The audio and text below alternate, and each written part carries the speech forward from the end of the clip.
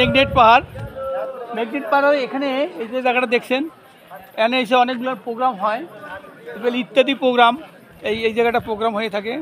পুরাটা স্টাইস, আর এটা পুরাটা হল।